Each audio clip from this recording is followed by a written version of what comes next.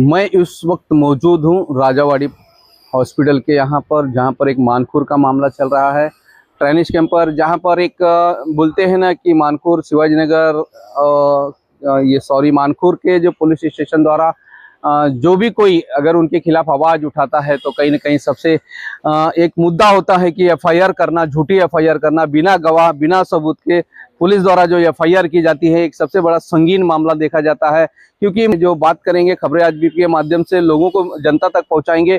उस हमारे साथ में हकीम जी हैं, उन्होंने जो काम करते हैं एनिमल्स रेस्क्यू, जो काम करते हैं लोग, मतलब जो बंदरे होते हैं, कुत्ते होते हैं और बहुत सारे सांप होते हैं, जो विषैले सांप होते हैं, जो डेंजरस होते हैं, उनको रेस्क्यू करने का काम, पकड़ने का काम करते हैं। उनकी एक संस्था है।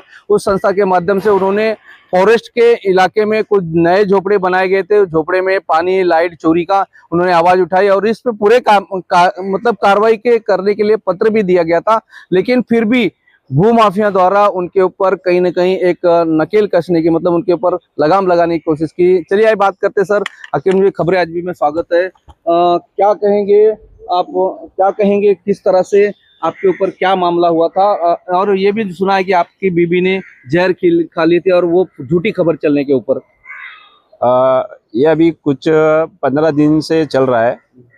15 दिन से क्या हुआ कि हमारे मोहल्ले में जो भूमाफिया लोगों ने जो इनलीगल झोपड़ा बनाया फॉरेस्ट के एरिया में, बफर जोन कहा जाता है उसको, जो महसूल डिपार्टमेंट के टेरिटरी के अंदर आता है, वो जहाँ पे झोपड़े बनाकर लाइट वगैरह चोरी वगैरह करे जा रहे थे। हम लोग शिकायत कर रहे थे क्योंकि हम लोगों को प्रॉब्लम हो रही थी। पानी हमारे इधर से चोरी किया जा रहा था, लाइट चोरी किया जा रहा था, तो बार बार हमारा मीटर जो है वो ट्रिप हो रहा था। तो हम लोगों ने कंप्लेंट किया अडानी को वगैरह को। तो ये लोगों ने अपने झोपड़पट्टी का पूरा माफिया झुंड लेकर आया और हमारे से दादागिरी किया 19 तारीख को। 19 तारीख को करने के बाद में हम पुलिस स्टेशन में गए। सुडलकर साहब थे वहाँ पे। उनसे तो हमारी कंप्लेंट भी नहीं लिखी जा रही थी। हम लोग नाम बता रहे हैं उनको, सामने वाले का साबू अली, अब्दुल अजीज शेख बता रहे हैं, तो वो सकू अली लिख रहे हैं ना। वो उस आदमी का वो ठीक तरीके से नाम लिख पा रहे हैं। वीडियो एविडेंस दे रहे हैं उनको हम लोग, तो उनको वीडियो एविडेंस तक नहीं दिख रहा है। क्या वो लोग दादागिरी कर रहे हैं, गाली दे रहे हैं, बस सारा चीज इग्नोर किया जा रहा था सुडलकर साहब की तरफ से। 19 तारीख को जब मैंने बोला कि आप इसको सही कर दे मुझको, तो उन्होंने क्या कहा, एक काम करो, कल आ जाओ, इसको मैं आपको डायरी बना के ठीक करके दे दूंगा। तो उसकी भी रिकॉर्डिंग है मेरे पास, मैंने रिकॉर्डिंग किया अपने मोबाइल में। बोलने के बाद में उन्होंने मुझे जब कल बुलाया था तो मैंने बोला मुझे 20 तारीख को मेरा पूरा पेपर वर्किंग है, मैं कोर्ट में रहूंगा, कुर्ला कोर्ट में, और भी बहुत सारे काम है मेरे को, करके मैं चला गया। जाने के बाद में उन्होंने कुछ समय के बाद, यानी समझ जाइए कि 5 बजे के शाम के टाइम में, इन्होंने क्या किया कि मेरे घर में पुलिस भेजा। तो 4-5 पुलिस वाले मेरे घर पे आए। मैं नहीं था घर पे अपने। वाइफ को पूछा मेरे बारे में कि भाई तुम्हारा हस्बैंड किधर है? तो वाइफ ने कहा बाहर है। तो बोले क्या पुलिस स्टेशन में सुडलकर साहब ने बुलाया है? सुडलकर साहब जब बोले ठीक है, लेकिन बताया नहीं उन्होंने क्या किस कारण बुलाया है। मेरे वाइफ ने मुझको फ़ोन किया, मुझे बताया ऐसी वारदात हुई करके। फिर मैं बोला ठीक है, पुलिस स्टेशन चले जाओ साहब के पास और पूछो क्या मैटर क्या है। जब वाइफ पुलिस स्टेशन गई, सुडलकर साहब से मिली और पूछा गया उनसे कि आपने क्यों बुलाया मेरे हस्बैंड को, तो उन्होंने बोला मैंने नहीं बुलाया, मैडम ने बुलाया। मैडम ने बुलाया। वाइफ फिर वापस से मैडम के तरफ गई। 1.5 घंटा तक वेट करना पड़ा उसको। जब 1.5 घंटा वेट करने के बाद मैडम मिली। मैडम ने बताया कि कुछ लोग आए थे हमारे ऊपर, यानी ऐसा कंप्लेंट शिकायत करके गए गपचुप से आके। तो उस टाइम में भी हमें इंटीमेट नहीं किया गया था। जब कोई हमारे पास उनके पास कंप्लेंट लेकर जाता है तो अपोजिट को बुलाया जाता है पुलिस स्टेशन में, या ऐसे ही फोन द्वारा या नोटिस द्वारा, लेकिन ऐसा कुछ नहीं हुआ। वाइफ को ये सारी बातें सुनकर, और जो न्यूज़ चला था मुंबई न्यूज़, जो 17 तारीख को जैन सैयद ने जो न्यूज़ चलाया था 17 तारीख को, उस न्यूज़ में वाइफ के बारे में ऐसे कमेंट किए गए थे। हम लोगों को इतना हम लोगों के लिए इतना अभद्र भाषा यूज़ किया गया था, वाइफ के लिए इतना अभद्र भाषा यूज़ किया गया था, वो मैं ऐसा टीवी पे नहीं बोल सकता हूँ, क्योंकि उसी के वजह से मेरी वाइफ आज राजावाड़ी हॉस्पिटल में एडमिट है। वाइफ को बर्दाश्त नहीं हुआ। उसने लोग पूछने लगे, फ्रेंड पूछने लगे उस बारे में, तो उसको बर्दाश्त नहीं हुआ और पुलिस सुनवाई नहीं कर रही थी।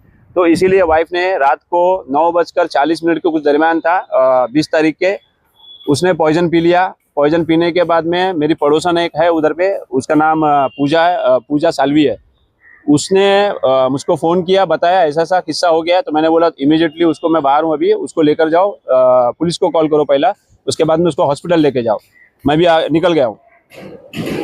वाइफ पूजा ने पुलिस को फ़ोन किया, उसको करबला जो हॉल है उसके गेट पे से, वहाँ पे भी कैमरा लगा हुआ है, आप सारी चीज़ें देख सकते हैं, सीसी कैमरे में रिकॉर्ड है। मैं जैसा पहुँचता हूँ तो पुलिस भी वहाँ पे तुरंत आ जाती है जगह पे। और पुलिस के तरफ से खाली बस ट्रैफिक हेल्प मिला है, कोई व्हीकल नहीं, कुछ नहीं। हॉस्पिटल तक मैं खुद उसको कांधे पे डाल के उसको रिक्शे में डाला हूँ और उसको राजावाड़ी हॉस्पिटल में लाके एडमिट किया हूँ। अभी तक वो राजावाड़ी हॉस्पिटल में एडमिट है। एडमिट कराने के बाद में जब मैं वहाँ से निकला तो उस टाइम भी पुलिस मेरे सामने थी। अगर मैं कुछ दुर्घटना मेरे से हुई होती या कुछ घटना किया होता मैं, तो पुलिस मुझको देख के तुरंत मुझे अरेस्ट कर सकती थी। तो ऐसा कुछ नहीं हुआ। इसका मतलब जब तक का कुछ क्लीन था, क्या था पता नहीं मुझको। एडमिट करने के बाद में पुलिस स्टेशन से फ़ोन आया एक महिला कांस्टेबल का, उन्होंने मेरी वाइफ का डिटेल लिया और मैंने उनको डिटेल दिया। जब से लेके 36 घंटा कोई भी मानकुर्द पुलिस स्टेशन से एक भी पुलिस कांस्टेबल, कोई ऑफिसर आके मेरी वाइफ से ये नहीं पूछा है क्या आप किस वजह से ये आपने जो किया है उसका कारण क्या है। 36 घंटे के बाद में वाइफ ने खुद फ़ोन किया पुलिस को कल रात में। तो रात होने की वजह से लेडीज वार्ड है, इसलिए पुलिस कांस्टेबल अंदर नहीं आ पाए। इसलिए मॉर्निंग में, सुबह में वो लोग आकर वाइफ का स्टेटमेंट लिया।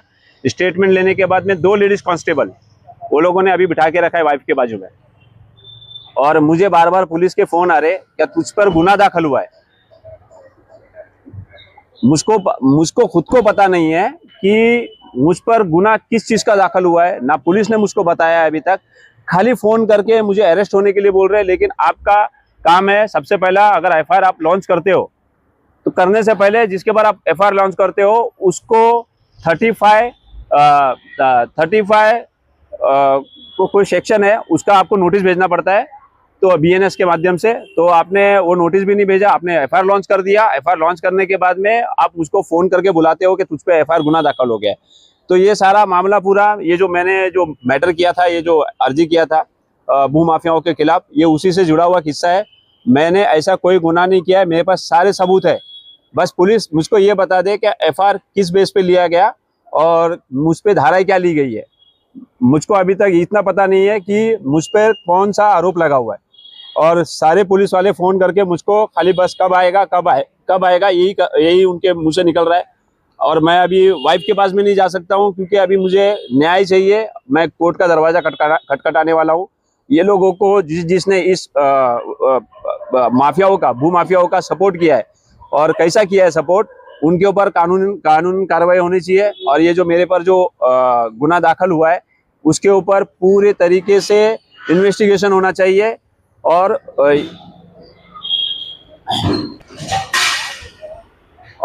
ये सारा पूरा वारदात होने के बाद मैंने डैमेज भेजा है मुंबई न्यूज़ को। क्या भाई आपने ये जो क्या एंकर का नाम है, जैन सैयद, उन्होंने कुछ भी यानी ऐसा वायरल कर दिया, ये उनको ऐसा नहीं करना चाहिए। उन्होंने बहुत बड़ा गुनाह किया है, उनके वजह से एक लेडीज आज हॉस्पिटल में पड़ी हुई है। अगर उनको कोई भी मेरी वाइफ को कोई भी जान का धोखा होता है, क्योंकि डॉक्टर ने अभी तक मुझे कुछ बताया नहीं है, उसको कुछ भी अगर जान का धोखा होता है तो मुंबई टीवी उसका जिम्मेदार है। तो ये थे हकीम खान जी, जो मानपुर पुलिस स्टेशन के अगेंस्ट में हमेशा लड़ने का काम करते हैं और जानवरों को बचाने का काम करते हैं। तो कहीं ना कहीं मानपुर पुलिस स्टेशन, अभी हमने जब इस संबंध में जब हमने मानपुर पुलिस स्टेशन के एक अधिकारी मतलब कर्मचारी से बात किया तो उन्होंने बताया कि जो एफआईआर हुई है देवनार में 00 करके मानपुर भेजा गया है। तो क्या लगता है कि इसके अंदर किसका हाथ होएगा? इन्होंने एक नगर सेवक जहाँ के 135 के वन है, उन्होंने उनके भी लेटर दिया था, लेकिन इनको एक फ़ोन आया था कि आपको मतलब उनके वोटर से आपने बताया कि क्या मैटर था, किसका फ़ोन आया था नगर सेवक के आदमी? वो उनके पीए है, सरफराज नाम है। उनके तरफ से मुझको फ़ोन आया और मैं जब उनके ऑफिस में गया, उन्होंने बुलाया था ऑफिस में, जब उनके ऑफिस में गया तो उन्होंने साफ साफ तौर पे मुझको ये कहा कि वो लोग जो कर रहे हैं उनको करने दो, वो हमारे लोग हैं सब, और उनको कुछ बोलने का नहीं। वो जो इनलीगल काम कर रहे हैं उनको करने दो, वो लाइट चोरी कर रहे हैं उनको करने दो, वो पानी चोरी कर रहे हैं उनको करने दो, उनके खिलाफ तुम कंप्लेंट भी नहीं डालने का। यानी जो एक मेरा एक भारतीय नागरिक के हिसाब से जो मेरा अधिकार है, उसको सीधा सीधा वो बोल रहे हैं क्या आपको कुछ नहीं करना है, यानी आप कोई कुछ नहीं हो आप। एकदम मेरे ऊपर एकदम तंग कस रहा था उनका कि हम कुछ नहीं कर सकते जब तक वो ऑर्डर नहीं दिया हमको, यानी हम उनके गुलाम है क्या? हमको हम भारत के नागरिक है और हमको पूरा अधिकार है, अगर कोई इंसान कुछ गलत करता है तो हम उसकी शिकायत बड़े अधिकारियों से करें। तो ये नगर सेवक का जो बीजेपी के नगर सेवक हैं नवनाथ बन, उसके पीए से उनका बात हुई, उन्होंने सीधा भूमाफिया का सपोर्ट करते हुए इन्हें रोकने की कोशिश की। तो क्या लगता है कि वार्ड क्रमांक 135 में बीजेपी के सत्ता लाने का कारण यही था कि भूमाफिया को सपोर्ट करना, लाइट चोरों को सपोर्ट करना, अवैध ठेकेदारों को सपोर्ट करना। यही एक बात होती कि पिछले कुछ दिन पहले भी ठेकेदारों को सबने उन्होंने बताया कि जो आप ठेकेदारी करो, G+2 बनाओ, G+3 बनाओ, G+4 बनाओ, लेकिन कोई आता है तो हमारे ऑफिस पे भेजो, हम उसको देख लेंगे, आप बिंदास करो। क्योंकि ये 135 के नगर सेवक बन का ऑफिस में बैठने वाला सरफराज जो लोगों के सपोर्ट करता, भूमाफियों को सपोर्ट, क्या लगता है कि बीजेपी का सपोर्ट जो जनता ने इनको जिता के दिया है, इसका ये देखने को मिला है कि भूमाफिया को सपोर्ट करने का काम कर रही है। आज जो इनकी वाइफ राजावाड़ी हॉस्पिटल में जिंदगी की मौत की जंग लड़ रही है, तो यही कारण है कि भूमाफियों को सपोर्ट करना और गरीबों के ऊपर एफआईआर दाखिल करवाना और झूठी खबर फैलाने का काम ऐसे दलाल लोग, मीडिया लोग करते हैं, जो दलाली करते हैं। ऐसे दलाल लोग की मीडिया जो करते हैं, बिना खबर देखे, बिना झूठे के खबर को फैला देना, और उसी वजह से आज इनकी वाइफ जो हॉस्पिटल में जिंदगी की मौत लड़ रही है। इस कमेंट के लिए, आप झूठी एफआईआर के लिए क्या लगता है कि मानपुर पुलिस स्टेशन कितनी बड़ी भ्रष्टाचारी है? आप इसमें कमेंट करके करें, जरूर करें। खबरें आज भी के माध्यम से कमेंट करें कि सही बात है कि मानपुर पुलिस स्टेशन कितनी भ्रष्ट पे उतारू हुई है।